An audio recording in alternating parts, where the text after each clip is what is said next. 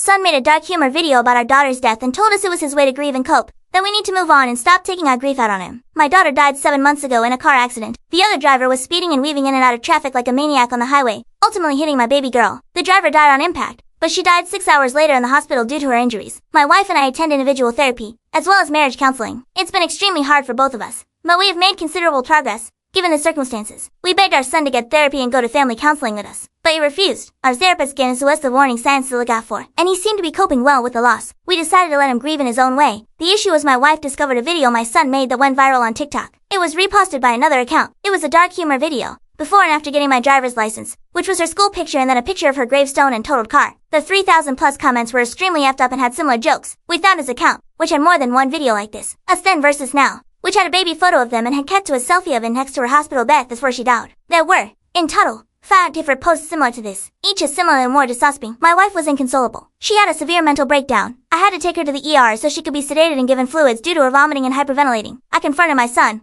who defended himself, saying he uses these videos to cope with her death. That dark humor is the way he grieves. I could barely look at him. I told him to pack his things and stay with his grandparents. He was angry and said we both needed to move the F on and stop taking our grief out on him. It's been 2 weeks, and my wife doesn't want to be anywhere near my son anytime soon. I can't say I disagree. It's been about a giant 10 steps back for both our grieving process. Our son's gone was supposed to be temporary, but my wife and I think it's time for him to move into an off-campus student apartment to give us all some space and establish boundaries. We haven't told him this yet, but we plan to when he returns home next week. While he was away, he apologized in a text to both my wife and me. However, he still insists it wasn't wrong for him to post those videos publicly for millions of people to see. He believes we are being too dramatic and taking it too personally. It took me threatening to disown him before he took down the videos. A few of my friends think we are going too far by essentially abandoning him and kicking him out of our home. They said to keep in mind he's still a stupid kid, and he's digging him his heels because he wants attention. We still love our son, but neither of us can handle this right now for the sake of our marriage and mental health. Honestly, I think I need to put my wife first here, and if that means he needs to leave, then I'll do that for her. Plus, he's 19, so it's not like he's a child. Update: